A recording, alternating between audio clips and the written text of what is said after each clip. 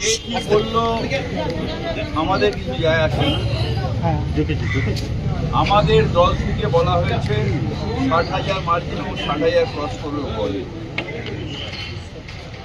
দ্বিতীয়ত আমরা যখন ভবানীপুরে ঘুরছি বিভিন্ন জায়গায়, বিশেষ করে চেতলা অঞ্চলে, মানুষ বলছে আসার কি দরকার ছিল,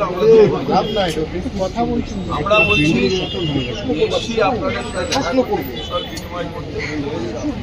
ঘরের মেয়ে ভবানীপুর, উন্নয়ন ঘরে ঘরে।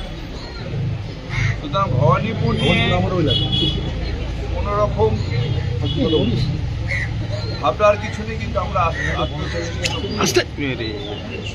যেই দাঁড়িয়েছে অপোনেন্টে আমাদের যায় আসা মানুষ আর আমরা তৃণমূল কংগ্রেস এবং এখানে ববিহারি আমরা পুরো সংগঠন নিয়ে ২৪ ঘন্টা মানুষের পাশে থাকি।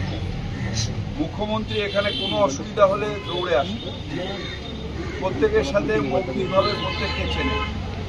মুখ্যমন্ত্রী নিজের অঞ্চল, এখানে কোনো স্কুলের বন্ধু আছে, কেউ কলেজের বন্ধু আছে, কেউ কর্মক্ষেত্রে বন্ধু আছে, শুধু বন্ধু প্রত্যেক জায়গায় ভর্তি আছে।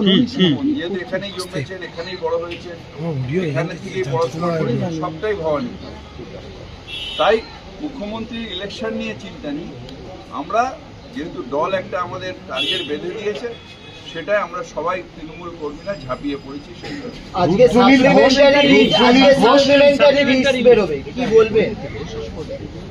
দেখুন, আমরা আশা রাখি আদালতের ওপরে মুখ্যমন্ত্রী নিজেও এই অত্যাচারের বিরুদ্ধে গেছেন এবং আমরা বিশ্বাস করি যে আদালত অন্যায় করবে না। তার কারণ ভারতীয় হিসেবে সবার অধিকার হচ্ছে ভোট দেওয়া। ভারতের ভোটারকে কাকুতি মিনতি করতে হবে না যে আমাকে ভোট দাও, আমাকে ভোট দাও। জন্মগতভাবে আমাদের অধিকার 18 বছরের উপরে হয়ে গেলে ভারতের সংবিধান আমাদের অধিকার দিয়েছে, আমরা ভোট দেব। আমি আশা রাখি যে আদালত থেকে ন্যায় বিচার পাব। যাদের কেটে যাবে, সমগ্র বাংলায় আমাদের সংগঠন রয়েছে এবং আমরা পিটিশনের জন্য রেডি আছি। যারা কেটে যাবে তাদের পিটিশন করে, কারণ গন্ডগোল করে হইহই করে কোনো লাভ নেই। আদালত বিচার করবে এবং বিচার ব্যবস্থার উপর আমাদের আস্থা আছে।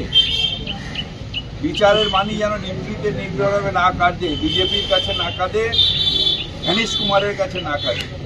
বিচারের মানি বিচার দেবে ভারতের প্রত্যেকটা নাগরিককে, এটা আমাদের বিশ্বাস আছে।